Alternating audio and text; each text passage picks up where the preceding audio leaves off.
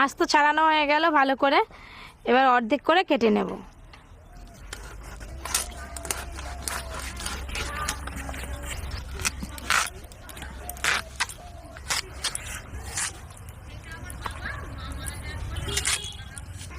একদম সাদা ধপধপে করে মাছগুলো ধুতে হবে।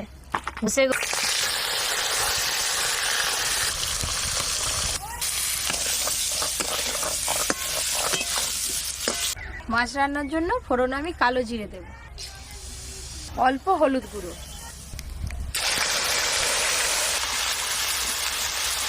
টমেটো কুচি, লবণ। এবার মশলার সঙ্গে খুব ভালো করে একসঙ্গে মিশিয়ে নেব ভেজে রাখা মাছ। ঝোলের মধ্যে মাছগুলো একটু ডুবিয়ে ডুবিয়ে দেবো এইভাবে, দিয়ে আর রান্না বাকি আছে।